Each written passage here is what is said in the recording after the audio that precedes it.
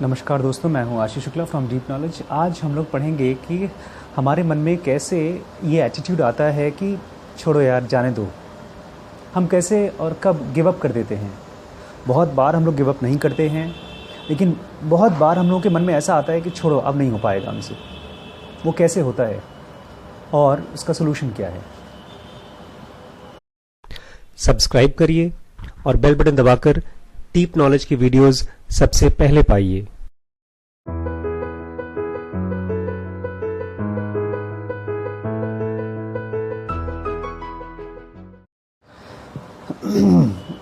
मुझे पता नहीं कब कैसे मेरे हाथ में ज़ेनियो का आई थी, बिल्कुल मुझे नहीं पता है। एक्सीडेंटली आ गई थी ऐसे ही, और मैं इसको जब लेकर आया था तो मुझे नहीं मालूम था कि मेरी प्रॉब्लम्स का जो रूट है वहाँ पर मैं पहुँच पाऊँगा और उसको एकदम ऐसे समझ पाऊँगा जैसे कोई भी सिंपल सी चीज़ हम समझ जाते हैं। कोई भी सिंपल सी चीज़ नहीं, जैसे छोटे बच्चे होते हैं, आप उनको खाने का सामान दीजिए तो छोटा बच्चा भी बता देता है कौन सी चीज़ टेस्टी है, कौन सी चीज़ नहीं टेस्टी है। इसमें बहुत दिमाग लगाने की ज़रूरत पड़ती है। ठीक ऐसे ही मुझे मेरे अंदर की गहरी कॉम्प्लेक्स चीज़ें भी समझ में आना शुरू हो गई आफ्टर आई रेड ज़ेनियो का, क्योंकि ये मेरी लाइफ की भी प्रॉब्लम थी कि मन में मैंने बहुत बार ये चीज़ सोचा, अरे छोड़ो यार, मैं नहीं कर सकता, और बट मैंने छोड़ दिया। पैसा, रुपया, रिलेशनशिप, हर चीज़ के लिए मैं ऑलमोस्ट ही गिव अप कर ही देता था। और जब गिव अप कर ही दिया तो फिर क्यूरियोसिटी रह जाती है, फिर इच्छाएं नहीं रह जाती। जैसे आप बता रहे थे ना कि लिखो, लिस्ट बनाओ कि कौन कौन सी चीज़ें आपके मन में चाहिए। तो शुरू में तो बनाते थे, जब नहीं पूरा होता था। एक बार तो मैंने लिस्ट में हेलीकॉप्टर बनाया था कि मुझे हेलीकॉप्टर चाहिए अपनी खुद की। ऑडी वाडी तो छोटी कार होती है, मुझे बहुत बड़ी हेलीकॉप्टर चाहिए थी। कुछ दिन सोच पाया, उसके बाद नहीं सोचा, फिर छोड़ दिया। But then this book came as a surprise, और हम लोग ने इसको ऐसे ही पढ़ा जैसे कि ठीक है, देखते हैं क्या लिखा है। एक बड़े इंटरेस्टिंग आदमी का नाम आज के चैप्टर में आएगा। उसका नाम है ज़ोरास्ट्र या ज़ोराथुस्त्र। नाम सुना है कभी? ज़ोराथुस्त्र नाम सुना है? नहीं। जैसे हम लोग पंजाबियों में नानक हैं, हिंदू में तो ढेर सारे ऋषिज़ के नाम हैं। ज़ोराथुस्त्र पारसीज़ के गुरु थे। He was the founder of Parsi community. He was an enlighten master. तो उनकी एक कोटेशन शुरू में दी हुई इस चैप्टर में, गिव अप वाले चैप्टर में। चैप्टर 15 है, पेज नंबर 80 ज़ेनियो का। ज़ोराथुस्त्र बोल रहे हैं, हेंस ओ मजदा, मजदा शायद गॉड को बोल रहे हैं, जो भी हायर एनर्जी है। Through my own internal light, मेरे अंदर अपने आप ही दिख रहा है। विथ प्योरेस्ट अनबायस्ड माइंड, मैं बिल्कुल किसी की तरफ से बायस्ड नहीं हूँ। अनबायस्ड मतलब मुझे कोई इन्फ्लुएंस नहीं कर रहा है। I compare alternatively these die two minus. उनकी ज़बान बहुत पुरानी ज़माने की है। तो माइन्यूस मतलब दो अलग अलग एजेंट्स। हमारे बोल रहे हैं मेरे अंदर में दो अलग अलग एजेंट्स हैं, मैं उनको देख पा रहा हूँ। हु आर बोथ, ये दोनों काम कर रहे हैं। Promoters of righteousness and both of great strength. इसमें दोनों चीज़ें हैं। अच्छाई भी मेरे अंदर से ही निकल के आएगी और ताकत भी, ग्रेट स्ट्रेंथ भी मेरे अंदर से निकल के आएगी। Notwithstanding that they are in contest, मुझे ये नहीं मालूम था पहले कि ये दोनों आपस में लड़ाई कर रहे हैं, कॉन्टेस्ट में है, इनकी आपस में मुठभेड़ हो रही है, ये मुझे नहीं मालूम था। आई हैव असर्टेंड द को सर्विसेज ऑफ देम बोथ, और मैंने इन दोनों का ही यूज़ किया है, इन दोनों से काम लिया है अपने अंदर।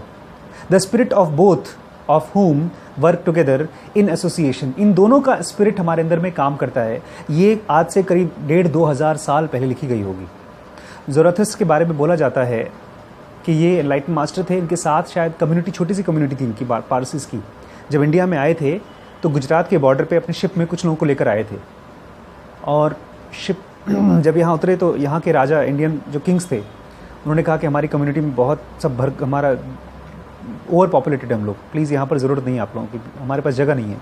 तो राजा ने ऐसे एक बाउल में दूध ब्रिम तक भर के उनके पास भेजा, ये एक्सप्रेस करते हुए कि वी कांट अकोमोडेट यू। तो ज़ोराथुस्त्र थे या शायद कोई और था इन्हीं की कम्युनिटी का, जिन्होंने उस फूल दूध के ऊपर कुछ गुलाब की पंखुड़ी डाल दी और वापस भेज दिया। वो पंखुड़ी से ओवरफ्लो नहीं हुआ। It is a lovely man. Jesus के भी साथ इस तरह की कुछ बातें निकल के आती हैं। मैं इन लोगों का नाम इसलिए ले रहा हूँ बिकॉज हम लोग जब भी पुराने मास्टर्स को पढ़ते हैं ना, हम सोचते हैं पता नहीं क्या बोल रहे हैं ये लोग, शायद हमको समझ में नहीं आएगी।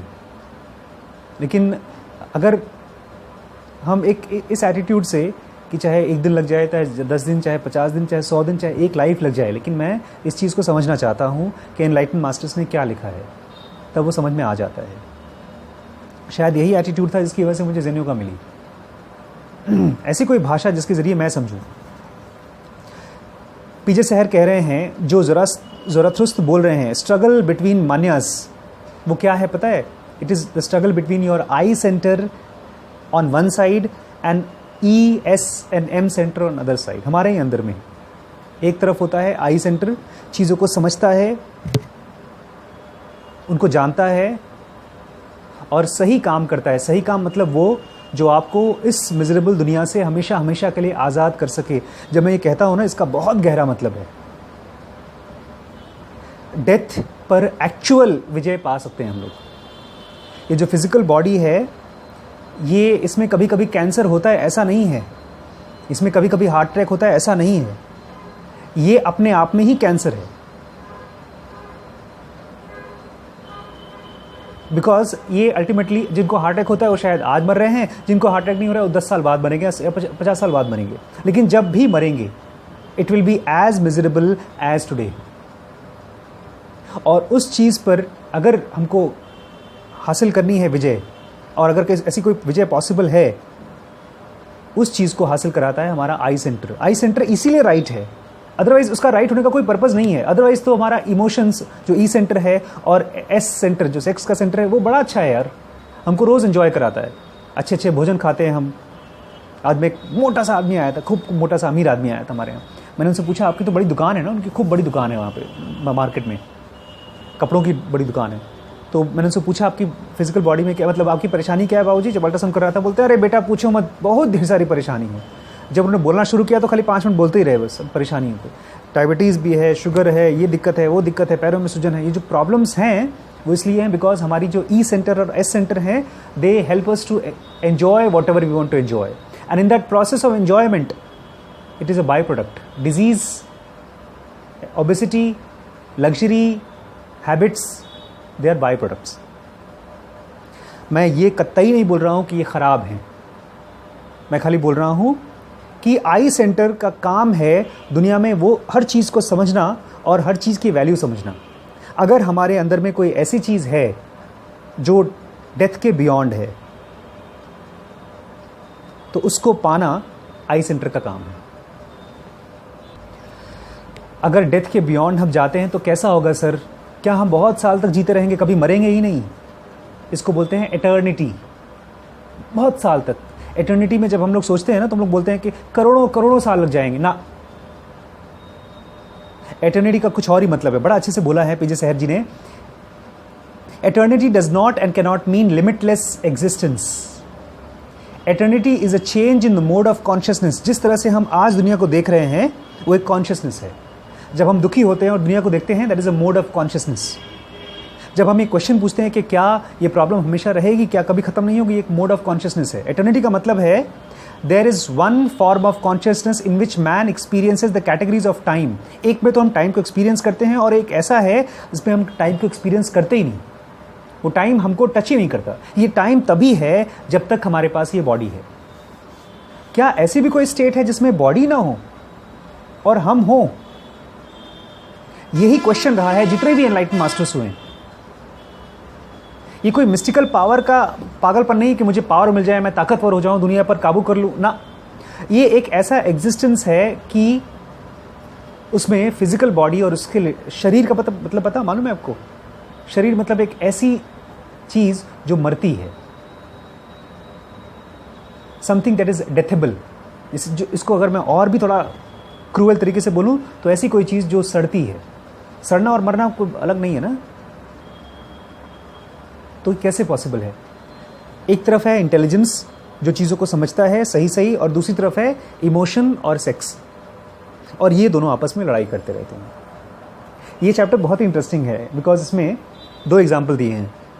एक ऐसे इंसान का जिसका इमोशन और सेक्स और इंटेलिजेंस दोनों आपस में लड़ाई करते हैं, और एक ऐसे इंसान का या एक ऐसे सिचुएशन का जिसमें लड़ाई जब नहीं करते तब। आपने इसका वीडियो बनाया ना? एग्जाम्पल दे रहे हैं कि मान लीजिए एक आदमी है जैसे मैं ही हूँ, और मैंने डिसाइड किया है कि आज जनोगा पढ़ा और जनोगा में बताया कि सुबह सुबह 4 बजे उठ करके मेडिटेशन करना चाहिए या मुझे पढ़ाई करनी चाहिए। जैसे हमारे पिताजी बच्चों के साथ बोलते हैं कि सुबह सुबह 4 बजे उठ के पढ़ाई करो, और आपने डिसाइड कर लिया कि मुझे सुबह सुबह 4 बजे उठ के पढ़ाई करनी है। लेकिन जैसे आप सुबह सुबह 4 बजे उठे, ये डिसीजन किसका था? आई सेंटर का। 4 बजे उठे तो आपका आई सेंटर का डिसीजन, उस समय आई सेंटर बॉस नहीं है, ई और एस सेंटर बॉस है। बिकॉज सुबह सुबह जब आप आराम करते रहते हैं, that comfort that belongs to E and S centre. तो ई और एस सेंटर बोलता है छोड़ो यार, आराम कर लेते हैं 5 मिनट और। क्यों? हमारे ही बॉडी का हिस्सा है। ई और एस सेंटर हमारे बॉडी का ठीक वैसे ही हिस्सा है जैसे liver, gall bladder, kidney, pancreas, ये सारे के सारे एक दूसरे के साथ सामंजस्य में काम करते हैं। पैनक्रियाज का काम है इंसुलिन बना करके बॉडी में शुगर को डिसॉल्व करना, लेकिन जब पैनक्रियाज ठीक से काम नहीं करती तब डायबिटीज होती है।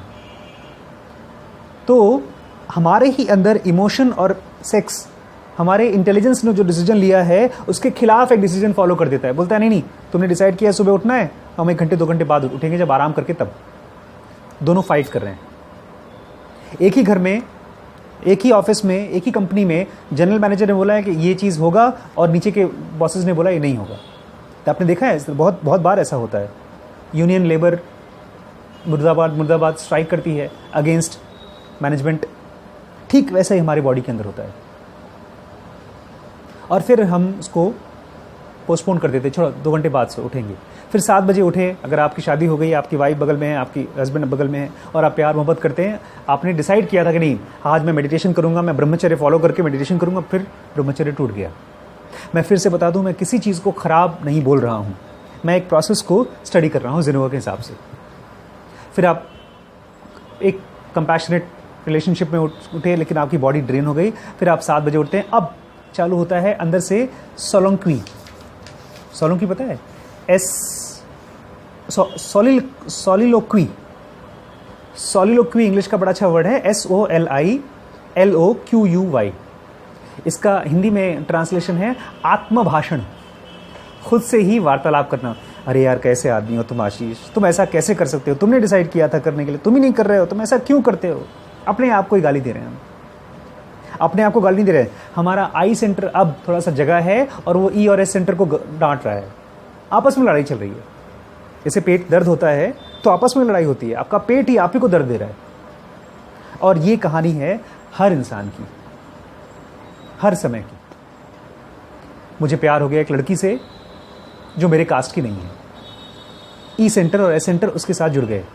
आई सेंटर बोलता है ना ना ना ये गलत है, हो गई क्या चीज़? सॉलिलोक्वी। अंदर में आत्म भाषण, लंबी लंबी बातें करते रहते हैं। अगर ऐसे कंडीशन में आपने कोई डिसीजन लिया, कोई रेजोल्यूशन लिया, रेजोल्यूशन पता है, मैं कसम खाता हूँ ये चीज़ मैं करके रहूँगा, फिर वो कुछ दिन बाद नहीं होता, तो आपकी जो कसम खाने की वजह से, फिर कसम टूटने की वजह से धीमे धीमे आपकी इच्छा शक्ति टूटने लगती है। आपकी, उसको बोलते हैं एटीट्यूड टुवर्ड्स लाइफ। एक छोटा बच्चा शिरीष है तो उनको हर चीज़ के लिए होपफुल है, बोलते मैं जब बड़ा होऊंगा तो मैं दुनिया में ये बनाऊंगा, रॉकेट बनाऊंगा, ये बनाऊंगा, वो बनाऊंगा। लेकिन धीमे धीमे रियलिटी में जब आप एक चीज़ करने की कोशिश करते हैं, फिर उसमें हारते हैं, तो आपको ढेर सारी रियलिटीज़ आपकी होप्स को मार डालती है। आपने प्यार किया, शादी करने के लिए प्लान किया, लेकिन बाद में मार पड़ गई, डांट पड़ गई, फिर आपने उस फीडबैक से अपने आप को समझा लिया कि यार पॉसिबल नहीं, ज़िंदगी बहुत हार्श है, कुछ करने धरने से पॉसिबल नहीं होगा। जब ऐसे ढेर सारे रेजोल्यूशंस एक के बाद एक टूटते रहते हैं, तो हमारे अंदर में एक एटीट्यूड आता है जिसको बोलते हैं गिव अप एटीट्यूड। छोड़ो यार, जो होती है लाइफ में होने दो। ये सरेंडर नहीं है। Surrender is not give up. Give up मतलब छोड़ो यार, हमारे बस में नहीं है, कुछ हो भी नहीं सकता। और फिर आपके अंदर से आप देखेंगे मन ही मन आप कंप्लेन करते रहते हैं। बहुत से फिलोसोफर्स, अच्छे फिलोसोफर्स, मैं अच्छा इसलिए बोल रहा हूँ बिकॉज वो बहुत फेमस हैं, अदरवाइज तो बेवकूफ़ थे। They used to complain in their books, they have just complained and ultimately they have died. एक बहुत फेमस फिलोसोफर थे, उनकी किताब में लिखते हैं कि इस दुनिया कुछ नहीं है, एक उल्टी कड़ाही है और ऊपर भगवान नहीं है, कुछ भी दुनिया में कंट्रोल नहीं है, जैसे जीना है वैसे जियो, मरो, कुछ कर नहीं सकते। These are the words of philosophers, great philosophers. But these people have not actually understood spiritualism in its hard core. Spiritualism में हर चीज सिस्टमेटिक है। ये दुनिया लॉज से बनी है, chemical laws, physical laws, biological laws, हर चीज़ के पीछे नियम है, फिक्स्ड नियम जो बिल्कुल नहीं बदलेंगे। ये फिजिकल बॉडी मरेगी बिकॉज ये फिजिकल वर्ल्ड से ही बनी है, लेकिन हम इसके पीछे कुछ और चीज़ हैं, और उस कुछ और चीज़ को जानने के लिए हमको फिर से फिजिकल लॉज का ही नियम फॉलो करना पड़ेगा। अभी ये बॉडी इसलिए काम करती है क्योंकि इस बॉडी को ये पता है कि कैसे मैं खुद को एंजॉय कर सकूं। हमारी इंटेंसिटी इमोशंस की और सेक्स की ज़्यादा है, लेकिन जब इस बॉडी को एहसास होगा कि नहीं ये बॉडी मरने वाली है और ये पेन लाने वाली है, तो ये ऑटोमेटिकली गिव अप कर देगी, बोलेगी नहीं मुझे एक ऐसी चीज़ को जानना है। अगर हमारे अंदर और है, पता है, अगर नहीं होता तो इस तरह की इच्छा भी नहीं पैदा होती हमारे अंदर में। अगर इंटेलिजेंस नहीं होती, अगर हमारे अंदर में ऐसी कोई चीज़ नहीं होती जो डेथलेस है, जो एटर्नल है, तो ये इच्छा कभी पैदा ही नहीं होती। ये लॉजिक है और इस लॉजिक के साथ मैं अग्री करता हूँ कम्प्लीटली। तो आपका इमोशन और आपका इंटेलिजेंस आपको हेल्प करना शुरू कर देता है। एक छोटा सा एग्जांपल है, जब आपका इंटेलिजेंस और आपका इमोशन और आपका सेक्स तीनों आपस में हेल्प करते हैं, क्या होता है स्कूल में, कॉलेजेस में, मतलब ये बहुत सटीक एग्जाम्पल दिया उन्होंने। पिकनिक है कल सुबह, और निकम्मे से निकम्मा बच्चा जो पढ़ाई करने के लिए स्कूल नहीं जाना चाहता कभी भी, पिकनिक के लिए तो रात को जो अलार्म लगाया 4 बजे, उससे 5 मिनट पहले ही हम खुल जाती नींद। क्यों? बिकॉज दिन में एक दिन पहले इमोशंस को, हमारी जो इंटेलिजेंस है उसने डिसाइड किया हाँ मुझे जाना है पिकनिक, लेकिन इंटेलिजेंस ने इमोशन को ट्रिगर किया है। देयर वॉज हैप्पी इमोशंस, वही जो आप बोले थे ना, बार बार हैप्पी इमोशन लेकर आओ, तो आपने दिन भर हैप्पी थॉट्स चले हैं। जब तक आपका इंटेलिजेंस आपकी इमोशन को ट्रिगर नहीं करता, जब तक आपस में बातचीत करके नहीं एक दूसरे का सहारा लेते, तब तक आपके माइंड में, आपके बॉडी में there won't be a seamless joyful execution. घरों में भी नहीं होता, मैं देखता हूँ पति कुछ और चाहता है, पत्नी कुछ और चाहती है, लड़ाइयाँ होती रहती है। लेकिन जब दोनों एक साथ चाहते हैं तो there is a seamless house, a beautiful house. तो बच्चे के साथ होता है, सुबह सुबह 4 बजे उठ जाता है, वो मम्मी को उठाता है। तो सर अब कैसे आएगा हमारा वो एटीट्यूड? अपने को ये क्वेश्चन पूछना पड़ेगा कि क्या जो चीज़ मैं चाहता हूँ उसके लिए मेरे पास इनफ इमोशंस हैं? इससे पहले, इसलिए मैं बार बार बोलता हूँ, आज मैंने एक बच्चे से पूछा, उसने मुझे बताया सर मैं तो आप ही की तरह बहुत बुक्स रीड करता हूँ। मैंने कहा वेरी गुड। फिर उसने पूछा कि सर ये बताइए कि एक मैं बड़ा स्टार्टअप चालू करूँ तो ठीक रहेगा? फिर उसने मुझे 3-4 किताबों का नाम बताया, मैंने ये भी पढ़ा, मैंने वो भी पढ़ा, मैंने वो भी पढ़ा। मैंने कहा यार तुम क्यों ये किताबों का नाम बता रहे हो? ध्यान से सुनिएगा मैं क्यों बता रहा हूँ एग्जाम्पल। उसने कहा कि सर मैंने पढ़ा ये, तो मैं बता रहा हूँ आपको। मैंने कहा इसके पीछे मोटिव है कुछ? अगर तुम बिना मोटिव की कोई चीज़ बताते हो तो पता है उससे क्या होता है? ईगो स्ट्रांग होता है। उसने कहा अच्छा सर सॉरी, आज के बाद मैं प्रॉमिस करता हूँ कभी भी मैं आपको नहीं बताऊँगा मैं कौन सी बुक्स पढ़ रहा हूँ। ये जो प्रॉमिस था, this was I centre working without talking to E और एस, बिकॉज उस बंदे को अपनी बातें बताकर कुछ खुशी महसूस हो रही थी। अगर जब इंप्रेस करते हैं हम किसी को तो खुशी महसूस होती है, उस खुशी को उसने दबा दिया और उसने मुझे खुश करने के लिए प्रॉमिस कर दिया। मैंने कहा प्रॉमिस मत कर। जब भी कोई चीज़ सही लगती है तो आपका इंटेलिजेंस आपको बता रहा है। अब उस बताने को पहले लेके जाना है इमोशन के पास। हो सकता है 1 दिन लग जाए, 2 दिन लग जाए, 10 दिन लग जाए, 20 दिन लग जाए, 1 साल भी लग सकता है। आपसे मैंने क्वेश्चन पूछा कि अगर किसी बंदे को इन क्लासेस में जो हम पढ़ रहे हैं, बैठे हैं, उसको समझ में नहीं आता, प्रैक्टिकल नहीं कर पा रहा है, तो क्या फ़ायदा है अटेंड करके? फ़ायदा ये है कि आज, कल, परसों, 10 साल में अगर वो रेगुलर अटेंड करता रहे तो उसके मन में उसके लिए इमोशंस ट्रिगर करना शुरू कर देंगे। मान लीजिए यहाँ आप 2 महीने बैठे थे, उसके बाद चले गए, फिर अचानक कहीं किसी ऐसे आदमी से आप मिले जो आपका आइडियल है और उसके मुँह से भी वही बात सुना और एक बार एक छोटी सी स्पार्क आपके मन में आ गई खुशी की, अरे ये तो मैंने सुना था। That suddenly triggers your emotion for that thing. Emotion को, पॉजिटिव इमोशन को किसी चीज़ के लिए ट्रिगर करना बहुत मुश्किल काम है। मैं बहुत बार वीडियोस बनाने के लिए ना बुक्स खोजता हूँ कि मैं कौन सी बुक पर वीडियो बनाऊँ, लेकिन मैं देखता हूँ कि ऐसी कोई बुक मिले जो बुक वीडियो बनाने के लिए छोड़िए, पढ़ने के लिए भी इतनी ढेर सारी, यहाँ पर कम से कम 2-3 हज़ार किताबें होंगी, लेकिन कौन सी बुक पढ़ूँ? I wait for my emotions to come up. Krishnamurti बहुत बार बोलते थे कि you need right emotions to study. Right emotions मतलब आपका इंटेलिजेंस इमोशन से बात करे। बुक उठा, इसलिए मैं कहता हूं बुक उठाओ तो उसमें अंडरलाइन करके देखो क्या बंदा है, क्या बताना चाहता है। 4 खतरे हैं, उनसे बचिए। ये 4 खतरे हैं जो आपके इमोशन और इंटेलिजेंस को आपस में एक दूसरे के साथ नहीं होने देंगे। और ये 4 हमारे बॉडी के ज़रूरी चीज़ें भी हैं। Food, sleep, sex and ego.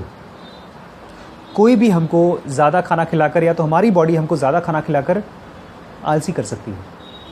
अगर ज़्यादा खाना खाया तो खाने में तो अच्छा लगता है, पर उसके बाद कम से कम 2, 3, 4 घंटे तक पेट भरा होता है, ओवर ईटिंग रहता है। और ये ज़्यादा पता है क्यों खाते हैं हम लोग?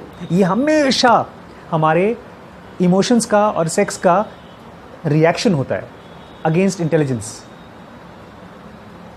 जब हमारा इंटेलिजेंस बिना बात किए, जैसे मान लीजिए आपने, मम्मी ने बोला है नहीं ज़्यादा नहीं खाना है मीठा, या ये ज़्यादा अच्छा खाना है इसको बहुत मत खाओ, आपने कम कम करके खाया है, या मम्मी ने आपको प्रेशराइज़ किया है, आपने खुद नहीं सोचा है उसके बारे में। तो जब मौका मिलता है, कभी शादी वादी में गए, फिर प्लेट एक्स्ट्रा ही भर लेते हैं हम लोग। हमको नहीं मालूम पड़ता कि वो हमारे पेट के ऊपर टोल लेने वाला है। मैं कोई हेल्थ की बात नहीं कर रहा हूँ, मैं खाली बात कर रहा हूँ हमारे डिसीजंस की।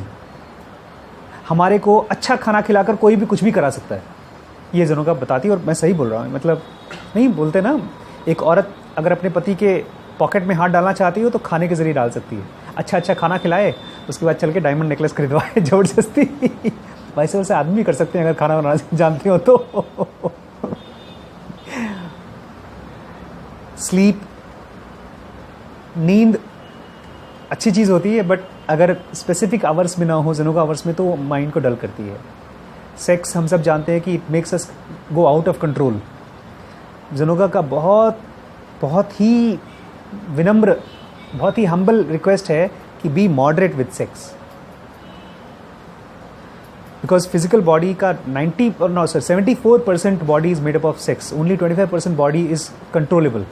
तो अगर आप इसको, आप लोग तो मैं जानता हूँ आप सब अपने आप को रेगुलेट करते हैं, लेकिन बाहर बच्चे इनकी बहुत बड़ी प्रॉब्लम बच्चों की।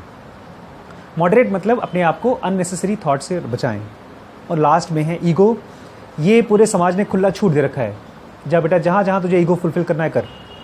फर्स्ट आए तो सबको कब दिखाओ, दुखी हुए तो डांट पड़ेगी हमको। ये डांट पड़ने से भी ईगो हमारा स्ट्रांग होता है। डांट पड़ने से हमको ये जो थॉट्स आते हैं, मैं कुछ नहीं हूँ, मैं बेकार हूँ, जहाँ पर भी मेरी फीलिंग आती है, मैं टॉप किया, मैं अच्छा हूँ। सच्ची पूछे तो आप बोल सकते हैं कि मैंने टॉप किया, वो तो यार एग्ज़ाम दे दिया था, नंबर आ गए, पता नहीं कैसे हो गए। और वैसे ही वाइस वर्सा, क्या मैं फेल हुआ? नहीं, मैं तो पास होना चाहता था, नहीं हो पाया। मैं फिर से बार बार इलॉन मस्क को देख रहा था, इलॉन मस्क बार बोलते हैं कि नहीं, I am doing this things, they will happen, hope they will happen, बीच बीच में होप बोल देता है वो। सो ईगो, इसलिए we have to study really hard that कि मैं इसको नहीं कर रहा हूँ, I am just making myself available. बहुत बार मैं देखता हूँ, सोचता हूँ अच्छी वीडियो बन जाए, बट मुझे शर्म आती है, और एक दिन बैठे बैठे बहुत अच्छी वीडियो बन जाती है, हम लोग खुश होते हैं। एक लास्ट आज का स्टेटमेंट है, बहुत अच्छा इंपॉर्टेंट स्टेटमेंट है जनोगा का। इफ वी अंडरस्टैंड आवरसेल्व्स, अगर हम खुद को समझ रहे हैं, it is much better than trying to understand someone else. हम बोलते हैं ना, अरे दूसरे को समझो क्या बोल रहा है। अगर आप खुद को समझ रहे हैं तो आप दूसरे को समझने से बहुत बहुत अच्छा है। By talking we make noise. जब हम अपने आप को किसी और को समझाने की कोशिश करते हैं, उस समय हम खाली शोर मचाते हैं। If we do not understand,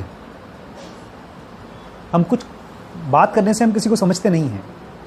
अगर हमारा मोटिव समझना है, if we intend to understand, this itself will cause the removal of the guard in the other person. मान लीजिए मैं आपको समझना चाहता हूं, मैं सीरियसली आपको जानना चाहता हूं, तो मेरे आपके बीच में बैठने से आप धीमे धीमे अपना गार्ड, आपको पता है ना हम लोग गार्ड बना के रखते हैं, हम अपनी बातें दूसरों को नहीं बताते हैं, छुपा छुपा के रखते हैं, लेकिन हम सब वेट करते हैं कोई ऐसा बंदा मिल जाए जिसके सामने हम खुल के बात कर सकें। और वो कौन है जिसके सामने हम खुल के बात करना चाहते हैं? कोई ऐसा बंदा जो आपको समझना चाहता हो।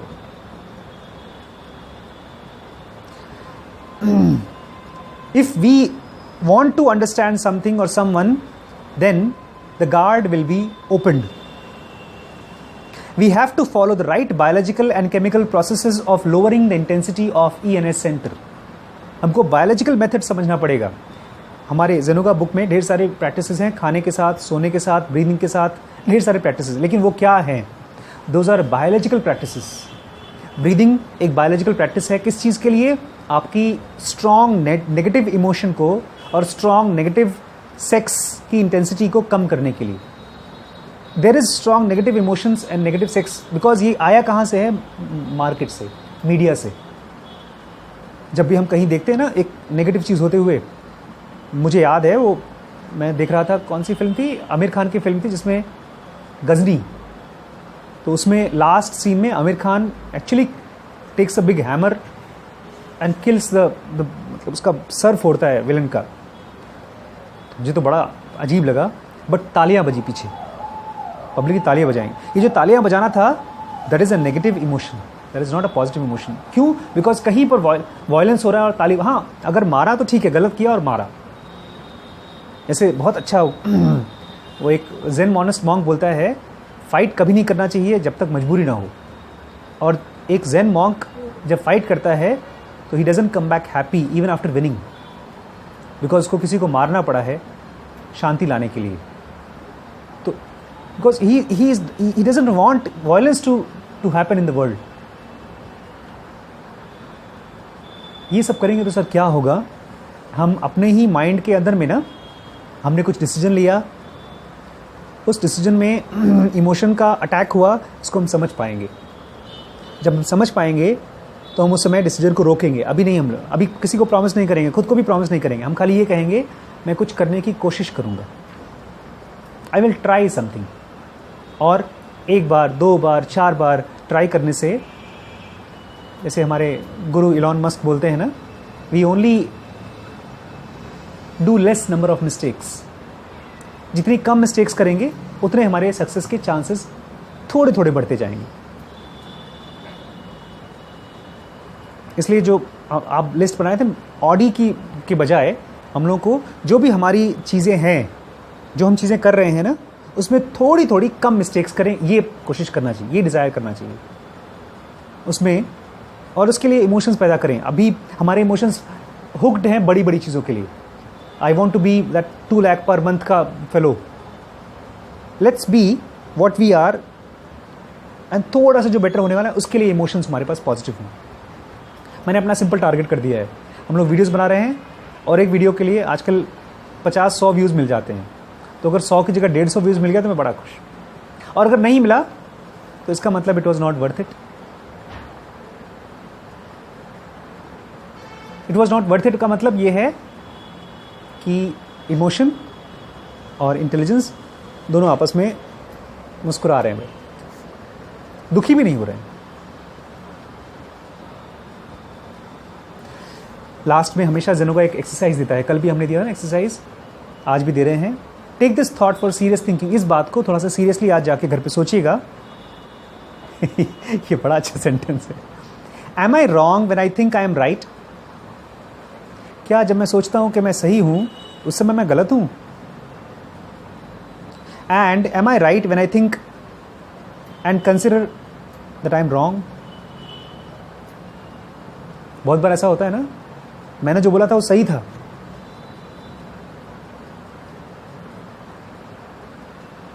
ये स्ट्रेस क्यों करना पड़ा? अगर सही थे तो वो उजागर हो गया होता ना. ऐसे एक बहुत अच्छा सही सेंटेंस है. अ योगी, योगी मतलब जो भी अपने माइंड के साथ काम कर रहा है. A yogi never never ever vindicates himself. योगी कभी भी अपनी सफाई नहीं देगा. मुझे पता नहीं ये कहानी कहाँ तक सच है. किसी ने झूठ मूठ का ब्लेम कर दिया था कृष्ण के लिए कि कृष्ण ने कोई मणि चुराई है किसी की. उनके नाम पे ब्लेम आ गया था. And he was a Yogi, he was not a God, he was one of the greatest yogis. तो उस बंदे ने जाकर के उस जहाँ पर जिसने चोरी किया था उससे मांग करके जिसका था उसको वापस किया. उसने सफाई नहीं दी. मैं आपसे ये नहीं कह रहा हूँ कि आपके नाम पे कोई ब्लेम हो तो ऐसा आप करिए. मैं खाली कह रहा हूँ कि अपने अंदर में से जब शोर मचता है ना कि मैंने किया था ये सही था, उस शोर में क्या हो रहा है। शोर मतलब समझ नहीं। जब भी शोर मचता है हमारे अंदर में अपने आप की समझ नहीं आती। अगर शोर मचता है तो उसको ध्यान से देखें क्या क्या बोल रहे हैं आशीष भाई। अच्छा तुमने नहीं किया था, तुमने नहीं किया तो तुम चिल्ला क्यों ना बेटा अंदर से, शांत। तुमने नहीं किया तो मत किया, कोई बात नहीं। जस्ट अपने अंदर देखें अपने आप को, आपको मज़ा आएगा कौन कौन सी चीज़ें चीख रहा है। जैसे छोटे बच्चे चीखते हैं ऐसे हमारे अंदर से चीख निकलती है। सो क्या मैं सही हूँ जब मैं गलत था? क्या मैं गलत हूँ जब मैं सही था? हम लोग सब गलत कर रहे हैं क्या यार? फ्रेंड्स, अगर आपको पसंद आया हो तो ये नीचे रेड कलर का सब्सक्राइब बटन है, आप उसको दबा देंगे और एक बेल बटन आता है ब्लैक कलर का, उसको प्रेस कर देंगे तो ये वीडियोस आपको फटाफट आपके अकाउंट में पहुंच जाएंगे। और हाँ, अगर आप डोनेट करते हैं तो ये वीडियोस हमेशा के लिए फ्री रहेंगे। Thank you so much.